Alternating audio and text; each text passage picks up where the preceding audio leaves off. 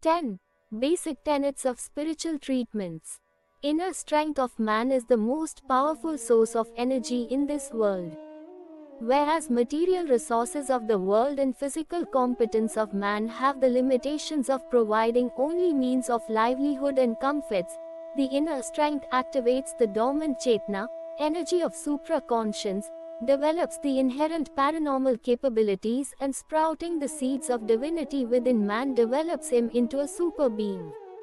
Inner strength of man is in fact the catalyst which transforms his animal existence with its incessant involvement in eating, comfort and sex into a Mahamanav, Superman, leader, social reformer etc., Rishi, saint, and Devdut, messenger of God. The ordinary intellect in a person has only a limited capacity to benefit his own self besides a few others. With the help of inner strength, on the other hand, one can develop such talents for self-advancement, which provide means for upliftment of not only self but of millions others in the society. Compared to material resources of the world, celestial attributes of the inner self are as superior as the vital force, life, is to body. Whereas prosperous persons derive pleasure only in the physical comforts of the world, a person having the competence of inner strength enjoys heavenly bliss of mukti, salvation, and achieves the ultimate goal of human soul in its communion with God. There are two facets of sadhana required for developing the inner strength. One comprises the ritualistic treatment involving worship, prayers and oblations.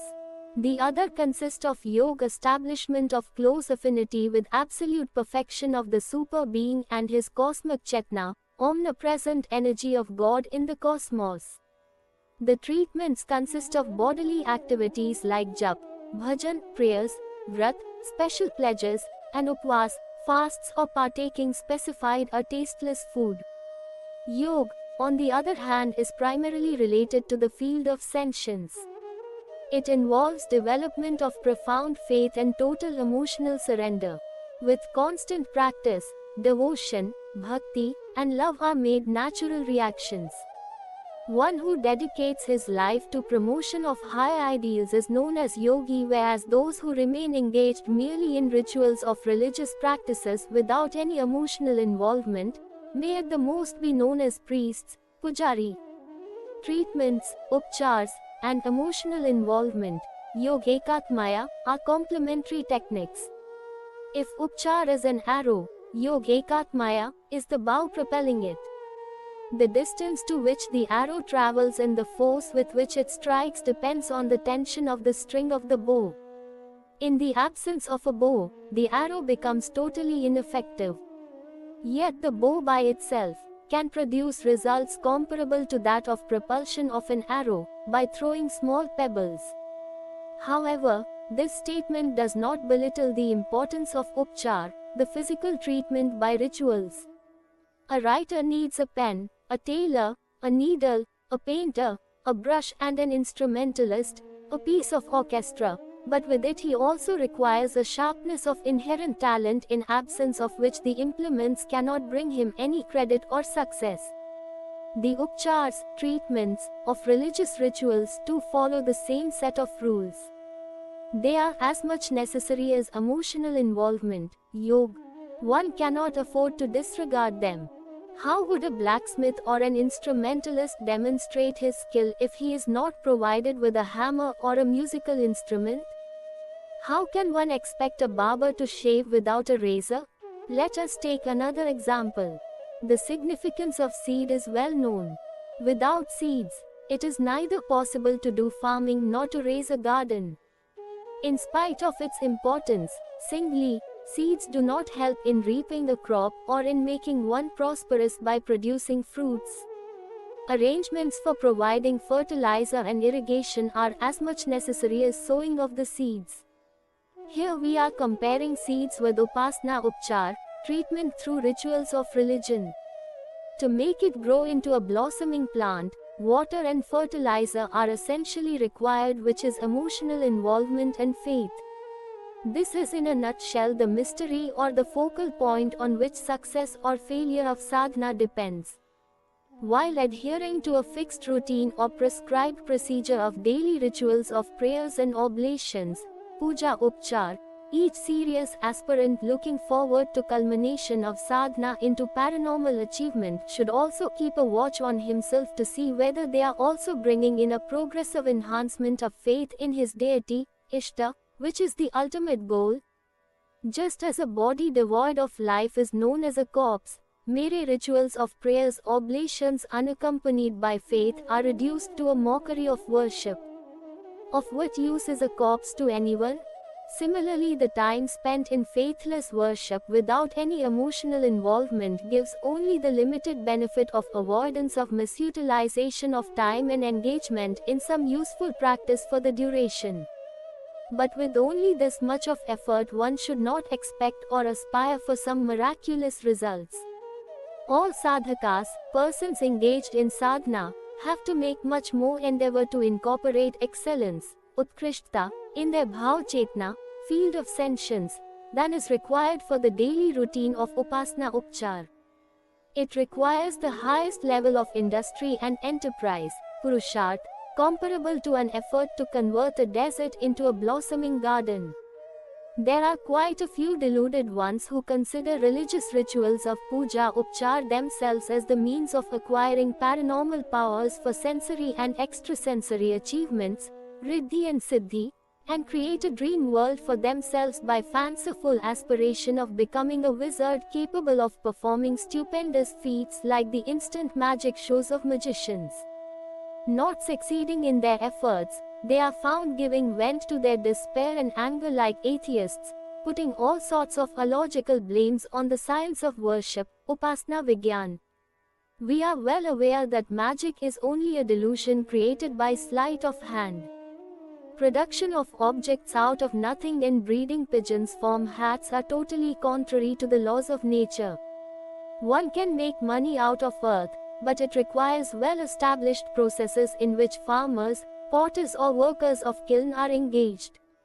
Those who impatiently aspire to see the result of their puja upchar as acquisition of capabilities of a magician, continue to swing in the seesaw of hope and despair. As a matter of fact, spirituality, adhyatma, is a well-established science of rectification of supra-conscious, antah-chetna. The efforts to incorporate high ideals in life are commensurately rewarded by enhancement of piety and talents. It is well established that persons possessing a high level of character succeed in whatever field of action they plunge in. On the other hand, the magicians of mantra and tantra, those believing in performing instant miracles with the help of religious rituals, charms, talisman, etc., hardly ever pay any attention to reformation of their character. They aspire for instant acquisition of paranormal capabilities merely with the help of the so-called magical processes and rituals, which can only be acquired after earning appropriate qualifications and spontaneity of righteous actions. In this world, everyone has to pay appropriate price for any achievement of lasting value. Only tramps and petty thieves dream about becoming rich overnight by planning to break open safes and picking pockets here and there. Besides, ultimately they have to pay heavy price for such instant benefits. Those persons who plan to obtain celestial attributes, which are obtainable by hard endeavor only, with limited efforts of religious rituals, belong to the above category. Nowadays, all fields of human activity are infested with misconceptions. Concepts of religion have specially become distorted to a great extent. The extent to which the science of self-advancement and character building has fallen into disgrace is very distressing. Before going into the positive and negative aspects of rituals of upchar, treatment, one is advised to examine the various existing spiritual practices to find out how far these are based on truth and facts. Unfortunately, nowadays showmanship of magicians and fleecing of gullible have taken place of noble practice of self-advancement. Today all and sundry aspire to get rewarded with a multitude of super achievements by performing a variety of strange rituals. If success of such rituals is to be believed, this cosmic system created by God would cease to have any place for competence, qualification and hard work, and all major achievements would be found appearing from the hats of magicians. Each and every student endeavoring to know the Tattva Gyan, fundamental aspects, of spirituality is required to follow Puja Upchar, treatment by prayer and oblations, as well as Atma Parishkar, self-purification by expulsion of vices from within, simultaneously. In order to expel the accumulated evil traits, kusanskaras, and for augmentation of virtuous tendencies, one is required to suppress immaturity of character and mold the raw habits which have become a natural ingredient of character. This aspect of self-advancement is related to ascetic exercises, tapascharya, for harnessing the mind and taking pleasures to promote ideals, vritshilta. The other facet is external, in which, like treatment of body through physical exercises, a regular practice is maintained to control, systematize and improve the efficacy of the subliminal conscience with the help of rituals of prayer and oblation, puja upchar. Here only this much is to be constantly remembered, that the entire process of spiritual sadhana is meant to upgrade the internal and external facets of life with imbibition of high ideals. The effort made by any individual in furtherance of this objective is commensurately rewarded with development of character in proportion to the degree of involvement.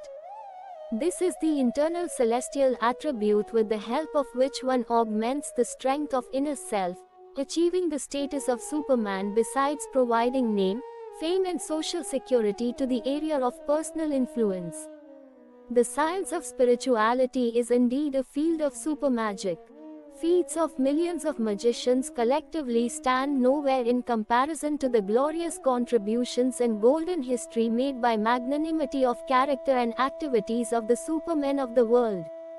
While pursuing spiritual objectives, one should aspire to achieve the ideals of such superman. The immature childish ambitions of becoming a performer of magic shows should be identified and thrown together in the dustbin. Simultaneously, attempts should be made to bring out the enlightenment of the inner self, Atma Tejas, which only can make it possible to bring out a total transformation in the ingrained evil traits, nature and habits. Expansion of close affinity and a sense of belonging beyond one's own self, Atmiyata, is itself Bhakti Yoga. With practice, it makes everyone appear as one's own, and a feeling of love and selfless service naturally arises. The constantly emerging bliss from within self has been given various names like Amrit, Nectar, Ambrosia, Atma Darshan, illumination of inner self, Brahma Sakshatkar, communion with God, by the scholars of spirituality. The Jivan Mukt, detached from worldly desires, and Devdut, messenger of God, are blessed with the same status of inner self. Gyan Yoga is far-sighted prudence. People in general tend to prefer instant gains, with total disregard to the needs and consequences in the future, as the maximal of their achievements. Because of this narrow outlook, their mental faculties continue to be preoccupied with planning and programming for luxury, accumulation, and squandering. When, after this spending more or less their entire life, the moment of truth of consequences arrives, they are left with no option but to repent for the past misdeeds. The objective of Gyan Yoga is to disqualify illogical dogmas being blindly followed by the masses, thereby inducing them to utilize their own independent faculty of prudent discrimination. With such a motivation, Gyan Yoga provides for the collective will, strength and cooperation amongst the masses. In this way, it conjoins with divine objectives, based on new disciplines, which are otherwise being wasted in beastly activities of eating, collecting and procreation. A Karmayogi does not waste his creative faculty in just earning his livelihood, rearing children, yearning for material gains and boosting his vanity. Rising above these lowly activities, he uses his energy in idealistic pursuits. The doctrine of simple living and high thinking is synonymous with Karmayogi. Adoption of an idealistic lifestyle necessarily means application of self-restraint. It also requires a voluntary reduction in needs and aspirations, bringing them at par with those of the common countryman. Only after making it feasible can one spare energy, time, mental faculties and resources for welfare activities conducive to promotion of high ideals. The subconscious state of Karmayogi induces such an ideology in him. His points of view, inclination and efforts necessarily continue to incorporate and promote idealism. The Karma Yogis become supermen, Mahamanav, social reformers, martyrs and the like. Gyan Yogis are called Rishis, saints, and Bhakti Yogis, being detached from worldly affairs, are known as incarnations or messengers of God. Human entity comprises three bodies: one, the apparent physical body, and the other two extrasensory bodies. In order to reach the ultimate goal, one is required to purify each of these three bodies. The physical body, Sthul Sharir, is cleansed with Karma Yoga, and astral body, Sukshma Sharir, with Gyan Yoga. This is the only highway to self-advancement. Journey along this very highway provides the opportunity to transform a man on the street into an exclusive person who electrifies the entire environment around himself with idealism by bringing about revolutionary changes in the society. The outcome of endeavors of such persons is so much overwhelming that the intelligentsia does not fail to recognize them as miraculous persons possessing supernatural powers, Siddha Purush, and is seen conceding to their superiority in millions of ways. Only the immature and childish persons aspire for development of magician-like capabilities in themselves which they yearn to show to others. Those having the maturity of wisdom do not pay any heed to such performances. They find a plentiful of such miracles in upgradation of their own character, with progressive imbibition of idealism in points of views, inclinations and activities. Persons with lowly bent of mind cannot even dream of this throughout their life. Each technique of puja upchar is based on some basic philosophy, Tattva Darshan. Following the tenets of this philosophy, one is first required to deliberate, learn, mold accordingly and then begin a practice of total emotional surrender, Atma Samarpan, to his deity chosen as representative of omnipresent God, Ishtadev. As a matter of fact, the strong motivating force inherent in various types of sadhan upchars itself is a mass of vital force charged with enormous celestial energy, Pran Punj. Unless this is properly understood and believed, there is no doubt that the expected high level of achievements will not be possible merely with the help of rituals and limited physical activities of prayer. On the other hand, if faith and devotion, bhav-nishtha, inherent in rituals is understood in its true sense and life is molded accordingly, the person would assuredly find waves of idealism engulfing the subconscious, which in course of time would not only upgrade his character but also change him into a person with paranormal capabilities, Siddha Purush, having the competence to perform astounding feats. As regards the form, level and working of divine powers, the sooner this fact is understood the better it would be that they cannot be deceived into granting the status of a devotee to all and sundry. They would not instantly fulfill all just and unjust desires of a person under the influence of flattery, dexterity of speech and offerings of small gifts like flowers, burning of incense, candles, lamps etc. One who has this concept of worship, sadhana, by which one hopes to coax and misguide the divinity, is advised that instead of getting despaired after getting entangled in the complexity of misguidance and giving vent to despondency later, it is better to avoid the rituals of bhajan pujan, prayers and oblations altogether. Hoping for success on the basis of industriousness is both logical as well as factual. Instead of expecting divine grace against performance of small rituals, it is much more prudent to keep at a safe distance from this affair. The deities, various personifications of powers of God, should not be regarded as gullible rulers collecting oblations and giving boons in return. Nor in absence of merit or worthiness, one should expect fulfillment of just and unjust desires. The divine powers are omnipotent. They are capable of granting anything. But before giving, they subject the person to 1,000 acid tests to find out the level of worthiness of the person. They want to be assured of the credibility of the person for utilization of the powers to be bestowed. They also consider whether the objective for which their grace is required is legitimate. Only after getting fully assured of the above aspects, the divine powers are seen showering their grace on someone. The environmental magnetism of vegetation on earth compels the clouds flying high in the sky to descend down and shower rains.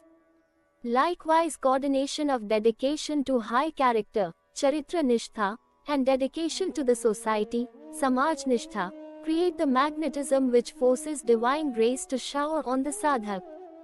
Hence, instead of thinking of angling divine powers with the baits of prayers and oblations, one should endeavor to find out ways and means of developing worthiness, patrata, to such an extent that the divine powers cannot rest without showering their grace. The amount of water to be filled in a container depends on the capacity of the container. The largest pond cannot empty itself into a vessel beyond its capacity. The divine powers too are bound by similar codes of action.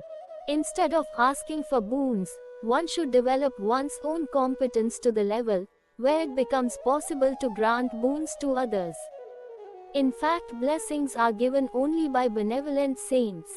Acts of benevolence like upliftment of the downtrodden, helping the infirm and providing resources to those on the path of self-advancement are undertaken by saints only.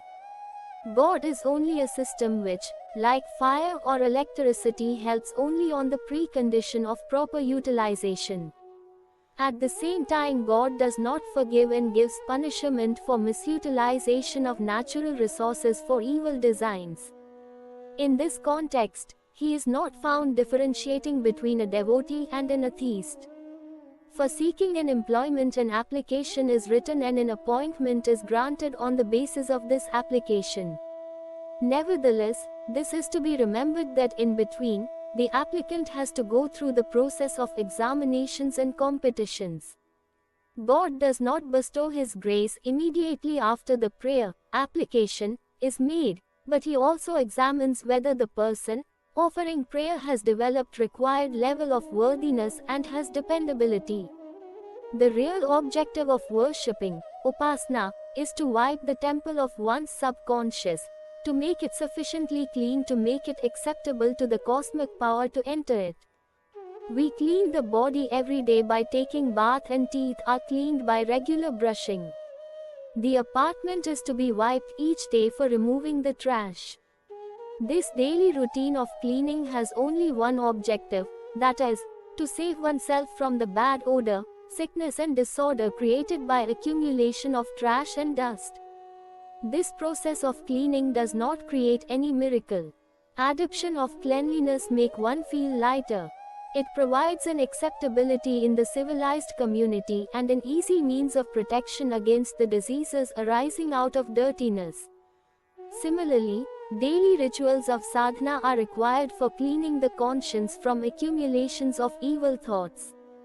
If instead of being satisfied with so many advantages one expects miracles of paranormal powers of Riddhi and Siddhi in return of these daily rituals of cleanliness, it would be regarded as immaturity and childish behavior. The advantages of upasana should also be viewed in the same context as those of cleaning one's apartment. God is an aggregation, samucchay, of ideals. Upasana means sitting in proximity of God. How much in proximity? It should be like a damp log of wood, which on coming closer to fire gives up dampness and with absorption of heat of fire continues to dry. Reaching still closer to the fire, the wood itself becomes one with the fire. This is what an authentic upasana should be. Attempting to come in close contact with God, who is an ensemble of absolute ideals and divine virtues, the sadhak should progressively imbibe them within him in maximum proportion. These are the celestial attributes which impart magnanimity, humility, benevolence and generosity to his personality. There is no need to mention that only a person of high character is in a way a possessor of paranormal capabilities, Siddha Purusha. The status of such a person in the society is in every respect evaluated millions of times higher than the common multitude of humanoid animals, that is, human beings living and behaving like animals. A person of high character is showered with honors and cooperation from all quarters. Whoever succeeds in reaching this advantageous position also continues to benefit from higher levels of achievement successively. Such are the persons who are acknowledged for their greatness in all fields of human activity and are known to have reached the peaks of success in every walk of life. This is the blissful resultant which one may consider as the miracle of Upasana. God is akin to a judge without any prejudice whatsoever. In his court, all are evaluated exclusively on the scale of fidelity or credibility, pramanikta, and adherence to benevolence, Paramarth-parayanta. He is neither in need of praise, prayers, nor of gifts, oblations. He remains indifferent to being addressed by some name or the other, nor does he care when someone does not call him by any name. He does not need any gift. Why should the governor of all the resources of the world have any such desire or need? It reflects only our immaturity that we try to influence this supreme cosmic power by our petty rituals and in return expect him to fulfill our just and unjust desires. When such a prejudice is not expected even from an honest judge on this earth, it would be the height of folly to hope that a cosmic power like that of God would disregard and disrupt the established system of the creation which ensures bestowal of benefits only to the worthy. Whoever desires to do Upasana of God, should keep the foregoing facts in mind. With the help of the celestial inspirations derived from Upasana, an attempt should be made to activate the dormant characteristics of one's positive attributes, capabilities of action and mental faculties. This is the only methodology to qualify for all those paranormal capabilities which have been, from time to time, advocated by saints and scholars of ancient scriptures, literature on spirituality, as obtainable to the followers of Bhakti Yoga Sadhana. 11. Misconceptions related to Upasana and eradication thereof. There is yet another variety of sadhana like Tantric, Aghori and Kapalik etc. performed for quick returns and ulterior worldly motives in which, disregarding the emotional aspects, rituals are given importance. The miraculous benefits from such sadhanas accrue not because of evolution of character, but are as a consequence of strengthening of psychic powers as a mundane exercise. Machines are devoid of any sentient component. They are only capable of mechanical actions. This Kriya Shakti, kinetic and potential energy, is found inherent and acting in the inanimate matter of the world. During the performance of tantric sadhanas, a stimulus is created to release some specific energies entrapped within the human body and mind. These energies are then used for fulfillment of desired objectives irrespective of their ethical propriety. Maran, telekinetic technique of inflicting physical injury. Mohan, bewitchment. Uchchatan, bringing distraction in a man's mind by the help of incantations. Vashikaran, overpowering of a man's mind like hypnosis. Stambhan, obstruction by remote action, etc. are all uses of Tantra for unethical malicious purposes. The Creator has made acquisition of such powers difficult and full of complexity of procedures. Besides, indulgence in these techniques has also not been kept free of physical dangers to the user. Electricity is the expression of a type of physical energy. It is useful in many respects, but with a little carelessness creates a threat to life and property. Gunners are aware of the impact of recoil in the reverse direction during firing.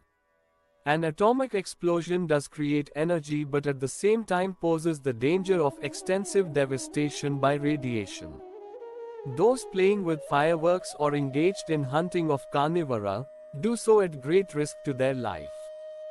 This is also true of tantric sadhanas. At times persons have even become deranged, because of some minor irregularity of specified prescribed procedure. The use of physical powers is always governed by strict rules. Deviations and inadvertence are never forgiven. The snake charmer too, at times becomes a victim of the snake. Because of little carelessness, the carnivora of circus are known to have mauled their tamers. At times, the owners-operators of machines have been found becoming dismembered or killed by their own equipment. In this world, right or wrong actions are seen being rewarded or punished within a short period. The domain of sentience, bhavna, however, has an entirely different code of reactions. It is governed by high ideals, shraddha and empathies. In the realm of sentience, ritualistic treatments are of no significance whatsoever, whereas love and compassion are rated sky high. A child creates innumerable problems for the mother and does not follow any code of civil conduct. Even then there continues to exist an unparalleled interrelationship of close intimacy between the mother and the child because of the intensity of affection and maternal fondness between the two. The behavioral pattern of a child is raw and like that of an uncivilized person, but the mother is never found irritated because of it. His simple endearing acts like raising hands to be picked up or smiling while exchanging a glance are sufficient to win over the mother completely. This is the type of interaction between the devotee and his objective, the deity, in the path of rightest method of upasana. In such sadhanas, insufficiency of rituals or breaks do not create any major hindrance. Nevertheless, it is advisable for each class of the worshipper to be cautious in following the rules and regulations, authenticity of which should be ensured beforehand. In the Vedic Dakshin Margi school of Bhakti Sadhana, emotional involvement plays a dominant role. Although this school too takes the help of various types of rituals, there are no religious decrees to adhere to them as strictly, as is necessary for the tantric sadhanas in which least deviations create danger to life. This is the difference between the Vedic and tantric sadhanas. Any inadvertent mistake or deviations in Vedic sadhana would at the most result in lesser benefits than were expected or cause a delay in fructification. There is absolutely no scope for any apprehensions. It is well known that sage Valmiki could not pronounce Ram, the name of God incarnate, correctly and achieved the status of a Siddha Purush merely by pronouncing it reversely as Mara. There were no adverse effects of his wrong enunciations. On the other hand, the excellence of his shraddha associated with the naivete of rituals continued to elevate him, till he reached the pinnacle of success in super wisdom. There are multitudes of known uneducated and naive sadhakas who were neither aware of specified methodologies of rituals nor were used to them, but nevertheless succeeded in achieving higher goals. A long list of semi-literate persons comprising women like Shabri and Kubj and men like Kabir, Radas and Namdev could be presented, who achieved the supreme goal of communion with God, not by virtue of their expertise in techniques of sadhana but with the help of emotional involvement and shraddha. From the point of view of the standards of rituals, there must have been errors in their performance, but it did not do any harm. During the Middle Ages of feudalism, tantric sadhus of deities like Durga and Bhairav were prevalent. During this period, defeating the enemy and gaining power were the commonly sought after goals. Consequently, besides adopting terrorizing tactics, the persecutors also took the help of rituals of sadhanas of spiritual sciences to become all-powerful. For this class of people the Asuri Tantra methodology was found suitable, and for such objectives, it has also been traditionally employed. Those who entered the field of such sadhanas for fulfilling their own selfish motives had to take utmost care about the rules and regulations of rituals. Such sadhanas were two-edged weapons, often destroying the user in the event of least carelessness. Because of this factor, details of rituals were rightly given more importance. For this very reason, the aspirants took the help of expert pundits for such sadhanas. The entire process of Purashcharan, a highly specialized advanced form of sadhana, from beginning to the end is such that it requires strict adherence to the correct technique of pronunciation and ritual, which only an expert can perform. Apprehensions of harm in those days compelled people to seek the help of pundits necessarily. So much so, that they could not muster courage even to perform the everyday Agnihotra without their help. In the dark medieval period when only tantric treatments became order of the day and consumption of liquors, non-vegetarianism and orgies of sex made inroads into the domain of upasana, incarnation of Buddha made an appearance and uprooted the extensive corruption from the society. The class of priests, purohits, then presiding over the rituals of upasana found this changing trend detrimental to their interests, and in order to justify the necessity of their expertise and also to find new means of earning, forcefully advocated the concept that accuracy of methodology of rituals was sacrosanct and least deviation therefrom invited ire and revenge of the deities. This belief was meticulously planted and publicized, and much was said and written in its support.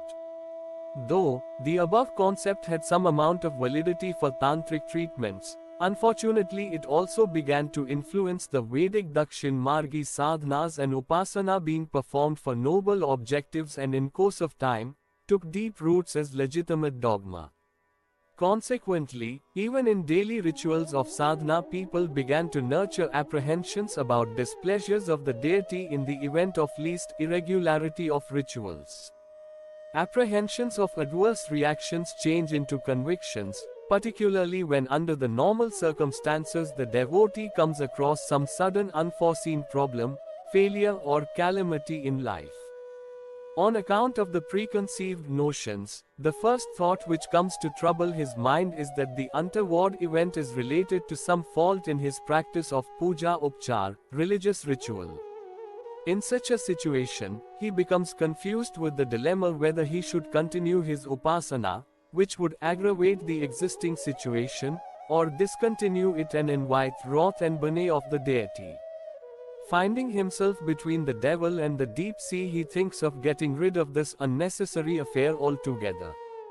Such misconceptions have now become so deep-rooted in human minds that many emotional worshippers who are not aware of fundamentals of spirituality begin to relate all problems in life with some inaccuracy of the authenticity of rituals and some fault in their observance. The truth is contrary to this belief. Members of this mission, Pragya Parivar, perform only righteous, sattvic, upasana. Neither they are advised about methods of tantric upasana nor they are encouraged to follow them. In sattvic upasana there is absolutely no possibility of harm due to errors in performance. At the most the benefits are reduced or delayed. This is also supported by Gita Chapter 2 verse 40. The name of Almighty and routine of upasana produces only one kind of result, that is, amelioration of the miseries produced as a consequence of pollution of mind and body by evil deeds. It is intrinsically incapable of producing any adverse reactions. Hence there is no scope for any apprehensions. The benevolence of God is like that of mother. She can neither inflict any harm nor even think of it. Mother Earth, the mother in cow, the mother in nature are all instinctively loving and helping. The question of degrading or troubling their own protege does not ever arise. Besides, the school of devotion through sadhana and upasana itself ensures amelioration of sufferings, not their aggravation. Contemplation on undesirable subjects have adverse effect on the thinker himself. Negative mental faculties of anger, jealousy, worry, fear, apprehension etc. are harmful only to the person possessing them. They hardly produce any adverse reactions for the object to which they are related. The cause for adversities generally lies in a person's past and present misconceptions, shortcomings, evil traits or deeds themselves. Divine punishment should be viewed only as a reprimand, so that more care is taken in future, right course of actions taken and evils resisted with greater competence. Adversities produced by natural disasters too are meant to test and strengthen the tolerance of man so that he does not lose poise in abnormal situations. It is well known that those who gained recognition in the society for their unusual gifts or talents had developed their great competence and efficiency only after confronting adversities in life. The ways of Almighty are strange. He acts in many a way to reprimand mankind and bring in reforms. The environment of world affairs changes in its own way and produces adverse conditions for the humanity. Changes in natural environment too, at times trouble the innocent along with the few guilty of producing it. Negative elements, Asuri Tantra, also continue to harm without rhyme or reason. Thus there may be many reasons for the adversities befalling a person. It is, therefore, illogical to lay the blame for them on the trivialities of Upasana. It is a common weakness of human mind that it tries to find an easy relief in seeking the cause of his own problems in faults of someone else. We frequently hear complaints about personal or family problems being created due to some influence of someone. There is quite a large number of such persons who think in this manner and keep on cursing the innocent neighbor for their own troubles. There are millions of other category of fools who continue to blame the evil spirits or planets and stars for their adversities. There are fatalists complaining about the injustice of God for the lines on their palms. A multitude blames parents for failures in life. None of these persons ever thinks of even one of the causes for his failures which would expose mishandling of affairs because of his own inadequacies, confused visions, misdemeanor or corrupt thinking. It is found much easier to blame some innocent medium like Upasana which is not capable of strong retaliation in defense. Unjust accusations only tarnish one's own soul. With it, opportunities of self-appraisal and self-advancement are lost. Personal strength for surmounting obstacles is depleted. Where does one find the strength to retaliate against the deity or the god regarded as the cause of adversity? In such a situation, the despondent persons find solace only in shedding tears or cursing those considered responsible.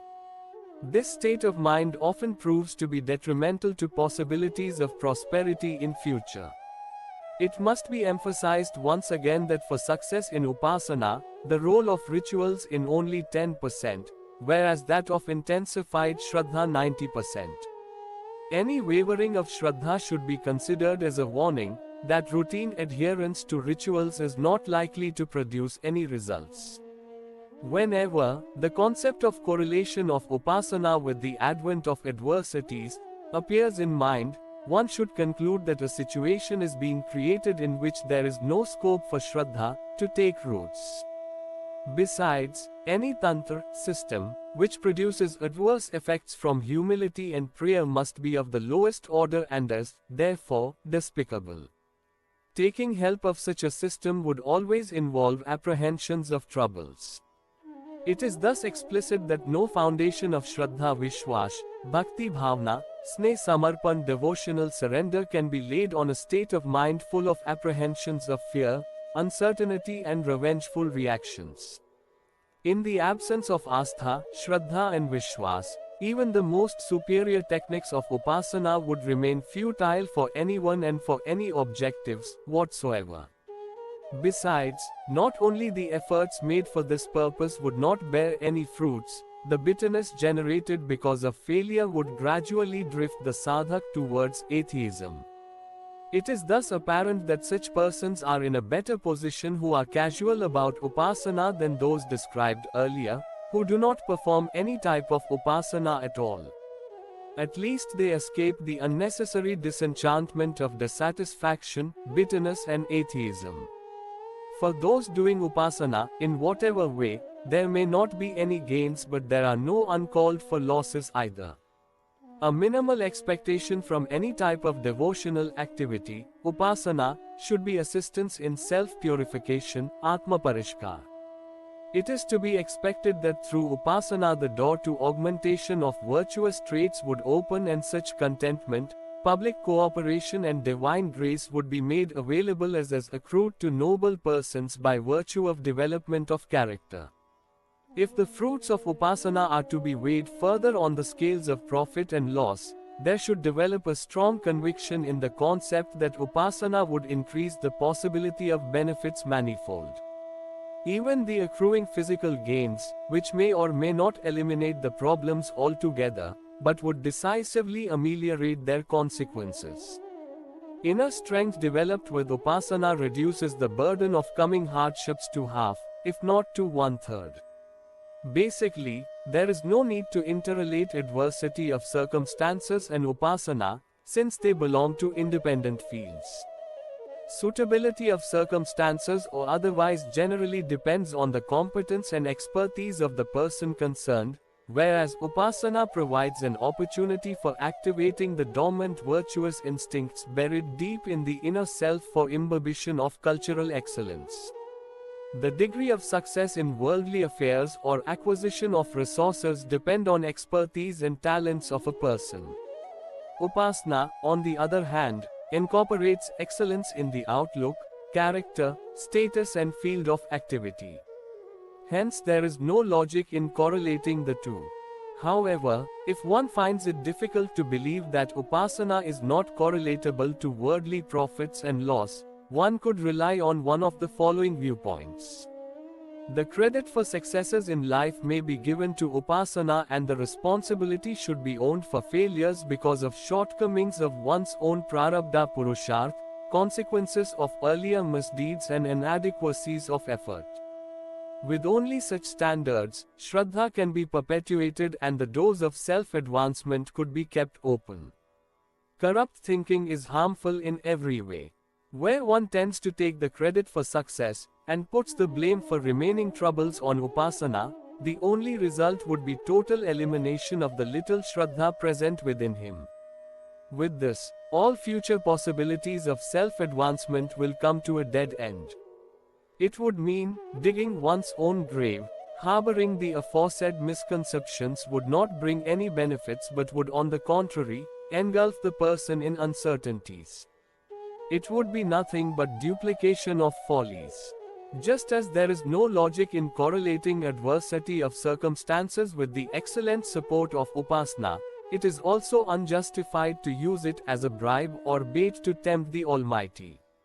When one says that a certain amount of money will be spent for a certain religious purpose or so much of jap anushtan will be performed on successful fulfillment of some objective, it amounts to offering of a conditioned allurement to the deity.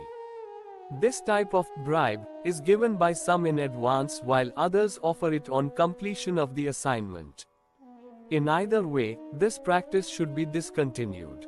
Such acts may be regarded as disrespectful by God and He may react in the manner in which honest judges do on being offered a bribe. Giving or taking bribe both are crimes. Hence performance of a particular ritual, puja upchar, in lieu of some worldly gain would only be considered an utter degradation of the devotee, his devotion and the deity. Performers of Upasana are advised to remember the sanctity of the rite and whether or not they intend to do Upasana they are advised to refrain from degrading its level. It is better to be an atheist than downgrade it by dragging the deity in filth and infamy.